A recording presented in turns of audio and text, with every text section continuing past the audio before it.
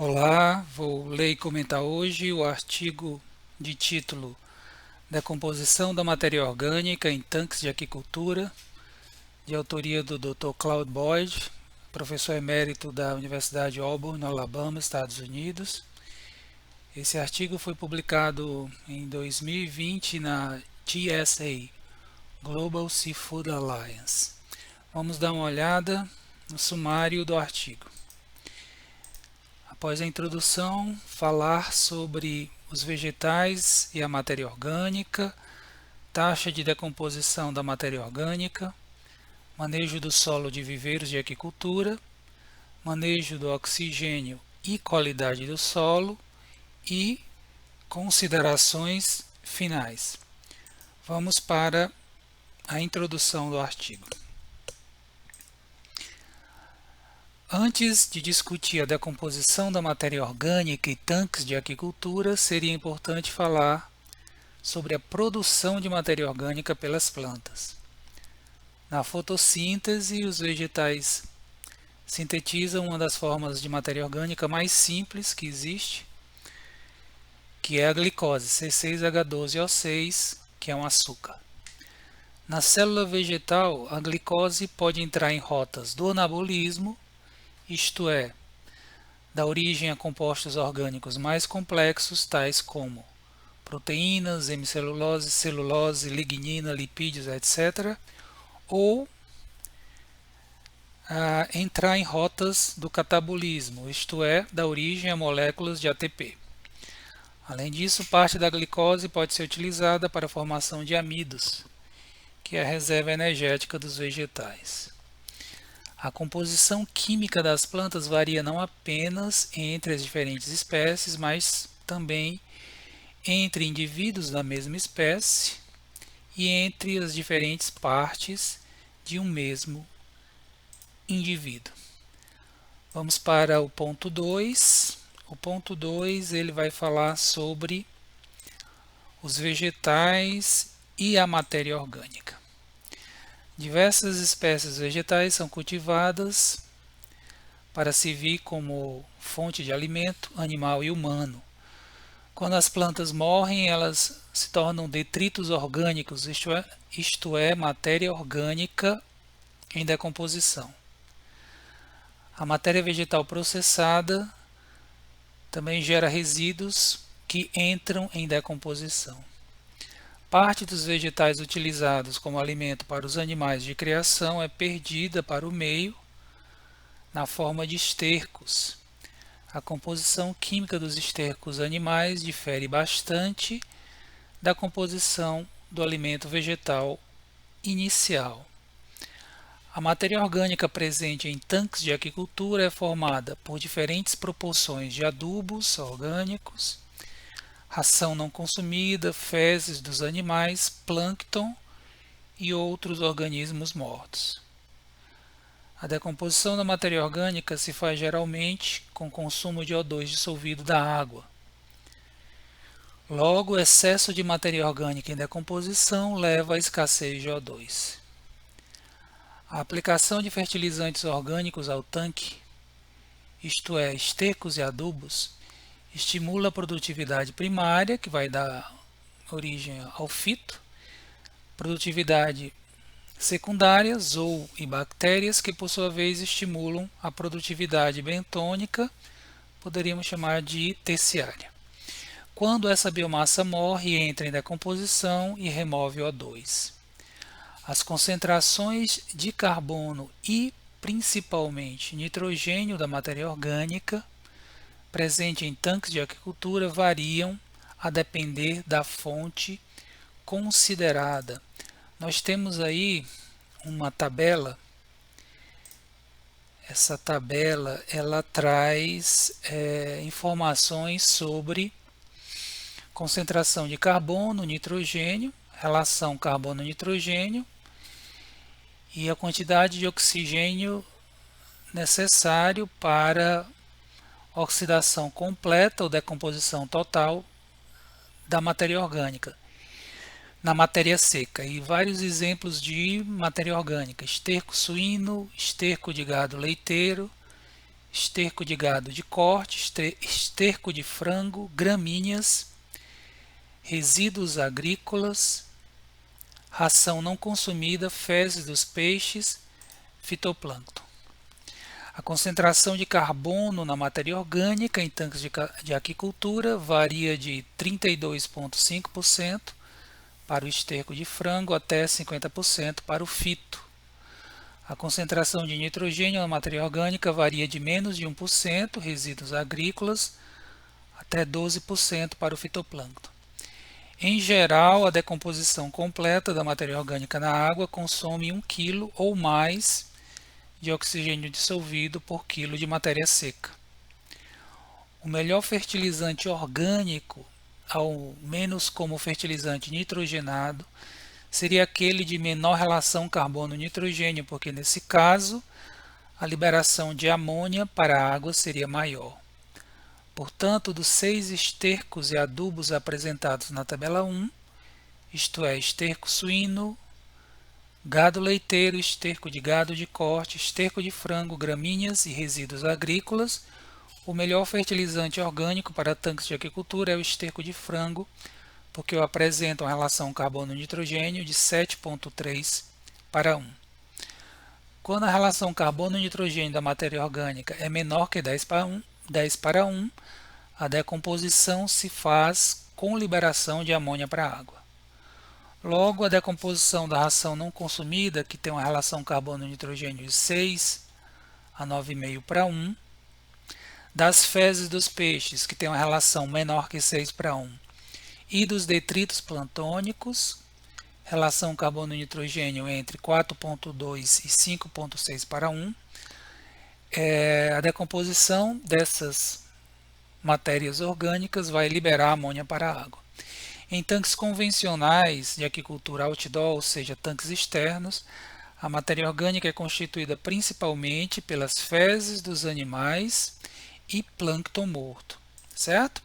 Então é isso, pessoal. Nessa tabela, percentual de carbono na matéria orgânica, né? Percentual de nitrogênio, portanto, a concentração proteica, relação carbono-nitrogênio de cada uma dessas matérias orgânicas e a quantidade de oxigênio necessária para a decomposição total da matéria orgânica. Os destaques estão em cor diferente, né? Essa cor verde. O destaque para o esterco de frango, que tem uma concentração de nitrogênio de proteína superior à dos outros estercos, tá? O destaque também é ali para a concentração proteica do fitoplâncton, que vai variar de 50%, podendo chegar a 75% da matéria seca do fito ser proteína. Em relação à relação carbono-nitrogênio, essas três últimas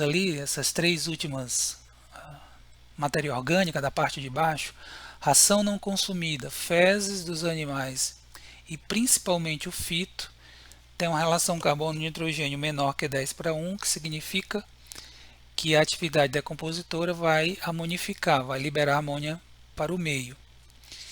E por fim, na última coluna,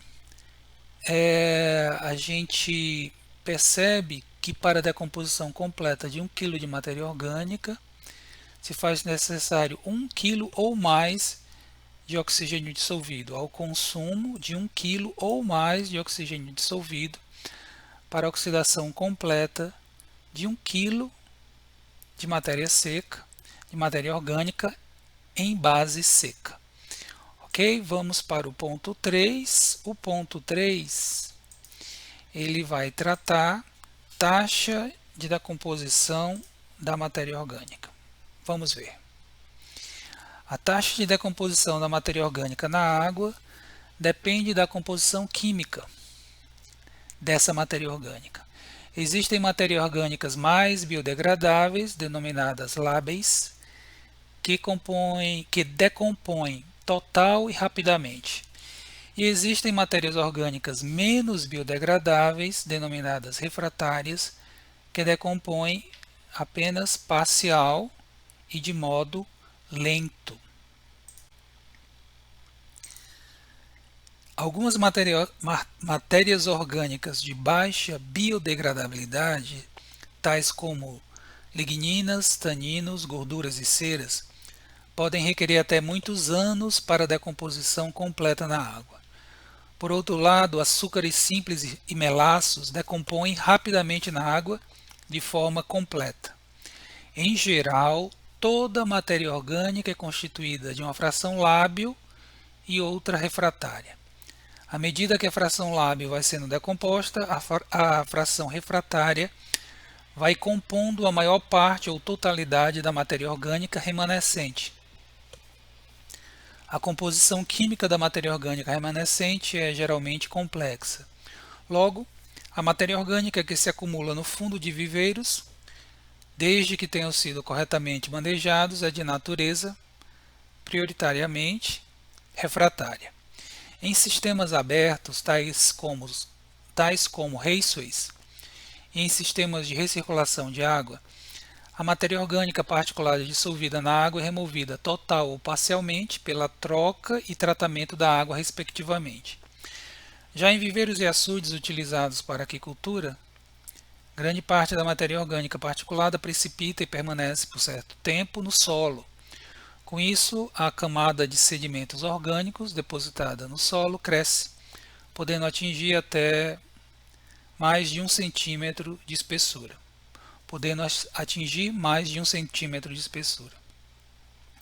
A camada mais superficial dos sedimentos, denominada camada flocular, possui elevada concentração de material particulado em suspensão. A bioturbação, isto é, o revolvimento dos sedimentos pela ação de animais bentônicos, e a ocorrência de correntes de fundo auxiliam na decomposição da matéria orgânica. A concentração de matéria orgânica é maior na camada superficial dos sedimentos, que possui aí de 2 a 5 centímetros de espessura. Nessa camada, a decomposição da matéria orgânica lábil será rápida enquanto houver oxigênio dissolvido na água intersticial para atividade aeróbia. Como a concentração de O2 dissolvido na água intersticial cai rapidamente com a profundidade do solo, a taxa de decomposição da matéria orgânica será menor nas camadas mais internas do solo. Uma vez não haja mais O2 dissolvido na água dos sedimentos, a decomposição da matéria orgânica passa a ser realizada por bactérias anaeróbias de modo mais lento.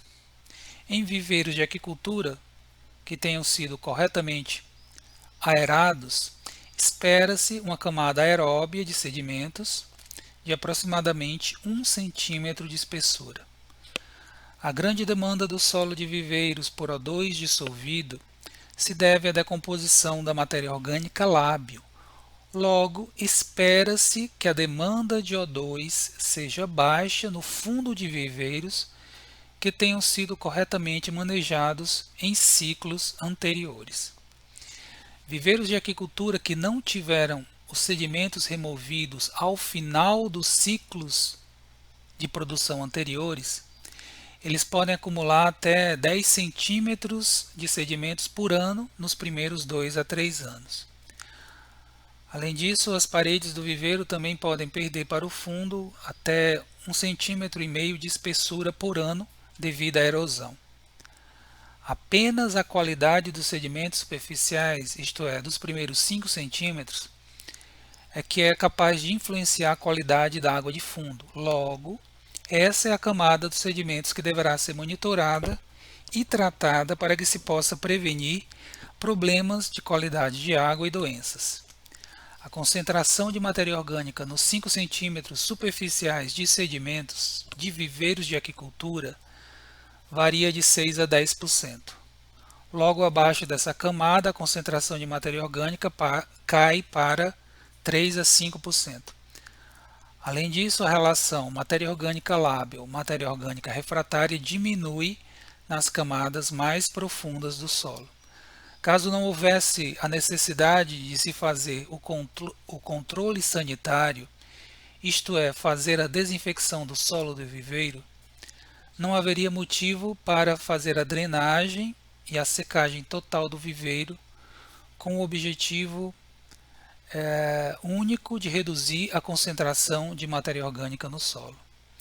Em viveiros de aquicultura que tenham sido corretamente manejados, em especial quanto à aeração e circulação da água, a concentração de matéria orgânica no fundo não é alta, sendo constituída principalmente por matéria orgânica refratária, isto é, matéria orgânica que não exerce demanda por O2 dissolvido. Assim como realizado nas fazendas de catfish nos Estados Unidos, seria possível fazer apenas a drenagem parcial dos viveiros por ocasião da despesca dos animais. Nesse caso, a água de fundo seria mantida dentro do viveiro, sendo posteriormente tratada com calcário ou cal para ajuste do pH e desinfecção, e aerada antes do povoamento dos animais para decomposição da matéria orgânica lábil remanescente do ciclo anterior. Este foi o ponto 3, taxa de decomposição da matéria orgânica. Vamos falar agora sobre 4. Manejo do solo de viveiros de aquicultura.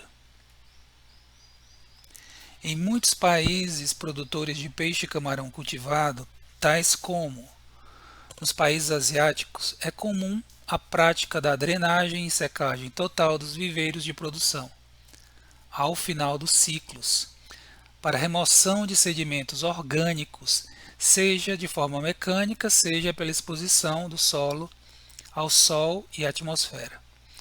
Afora os objetivos ligados à sanitização do viveiro, isto é, desinfecção, é questionável se de fato haveria necessidade de remover os sedimentos orgânicos do solo do viveiro. Senão, vejamos. A matéria orgânica lábil, ainda remanescente no fundo, necessitaria apenas de O2 para ser mineralizada. Esse O2 poderia ser fornecido pelo sistema de aeração durante a preparação do viveiro, isto é, antes do povoamento do viveiro com os animais. Já a matéria orgânica refratária remanescente no fundo não exerceria nenhuma demanda por O2 por não ser biodegradável. A ocorrência de solo de cor preta logo abaixo da camada superficial é completamente normal, não sendo motivo de preocupação. A cor escura se deve às concentrações elevadas de ferro ferroso, isto é, ferro reduzido, pela condição anaeróbia dessa camada. Enquanto a cor da camada mais superficial do solo, isto é, da interface sedimento-água, for clara, os compostos reduzidos nocivos à vida aquática, tais como nitrito e gás sulfídrico, não passarão das camadas mais internas do solo para a água de fundo. A calagem do solo para neutralização de acidez é uma prática importante para a maior mineralização da matéria orgânica. A dissolução do calcário será maior em solos que contenham níveis mínimos de matéria orgânica lábil. Isso porque o CO2 liberado da decomposição da matéria orgânica reage com o carbonato de cálcio do calcário, acelerando sua dissolução para a água, certo? Este foi o ponto 4, manejo do solo de viveiros de aquicultura. Vamos agora para o ponto 5, que trata manejo do oxigênio e qualidade do solo.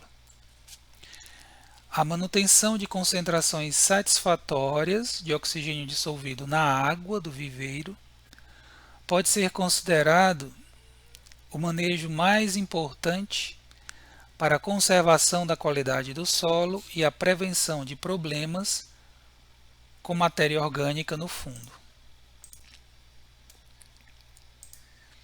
Para que isso seja possível, não bastaria apenas aprimorar o sistema de aeração do viveiro, mas também adotar as providências necessárias quanto à densidade de estocagem de animais, taxas de fertilização, taxas de arraçoamento empregadas, que devem ser compatíveis com a carga de aeração aplicada. Vamos para as considerações finais, certo? Considerações finais. A matéria orgânica que se acumula em viveiros de aquicultura que tenham sido corretamente manejados não é alta e, além disso, tem natureza predominantemente refratária. A matéria orgânica refratária, por não ser biodegradável, não exerce demanda por O2 dissolvido. Logo, não haveria necessidade de esvaziar completamente o viveiro para remover essa matéria orgânica do solo, a refratária. A matéria orgânica lábio, que ainda esteja no fundo ao final do ciclo, necessita apenas de O2 para ser mineralizada. Esse O2 poderá ser proveniente tanto de fontes naturais, fotossíntese, difusão atmosférica, como artificiais, aeração mecânica. Logo após a drenagem parcial do viveiro, com manutenção da água de fundo e despesca dos animais, seria importante aplicar o calcário ou a cal na água, porque a dissolução do calcário e da cal ela é maior em solos que ainda contenham níveis mínimos de matéria orgânica lábio. A manutenção de concentrações satisfatórias de O2 dissolvido em toda a coluna d'água pode ser considerado o manejo mais importante para a conservação da qualidade do solo e a prevenção de problemas com acúmulo de matéria orgânica no fundo. E, por último, a densidade de estocagem dos animais, as taxas de fertilização e de raçoamento empregadas devem ser compatíveis com a carga de fertilização aplicada. Para terminar, eu vou mostrar aqui para vocês o protocolo básico de manejo da água e do solo de viveiros de catfish nos Estados Unidos, que se baseia nesses princípios, nesses fundamentos teóricos que o Dr. Bode apresentou ao longo desse artigo. Tá? Lá é feito da seguinte forma: ajuste dos manejos produtivos, em particular o manejo alimentar e de aeração, a densidade de estocagem praticada. Monitoramento da qualidade da água de fundo. Então, a depender da densidade de estocagem, você deve dispor de um sistema de aeração proporcional, suficiente para aquela densidade de estocagem, e o manejo alimentar deve ser também compatível, principalmente evitando sobrealimentação. Feito isso, monitora-se a qualidade da água de fundo para saber se o meio em contato com o solo, o chamado hipolímio, se mantém aeróbio. 2. Ao final do ciclo, drenagem parcial do viveiro com manutenção da água de fundo, despesca total dos animais. Então vejam que eles não fazem a drenagem total, eles mantêm a água considerada de pior qualidade, que tem mais matéria orgânica, que é água de fundo, ainda dentro do viveiro. Então você não tem a liberação desses efluentes com alta carga de matéria orgânica na natureza. E ele é mantido dentro do viveiro para posterior tratamento, que é o 3. Calagem da água, que ficou remanescente no viveiro, com calcário e cal, para neutralização de acidez e desinfecção. Como ainda existe matéria orgânica, lábio, dentro do viveiro, naquela água que permaneceu, após a drenagem parcial, a dissolução do calcário e da cal é mais rápida pela maior presença do CO2. 4. Enchimento do viveiro, aeração da água por alguns dias. A entrada desse oxigênio artificial vai completar a mineralização da matéria orgânica lábio, que é aquela que exerce demanda por O2. 5. Povoamento do viveiro com juvenis de catfish para iniciar um novo ciclo de produção. Pessoal, era isso. Este foi o artigo. Espero que tenha sido de interesse para todos. Vou ficando por aqui, desejando paz e saúde. Um abraço.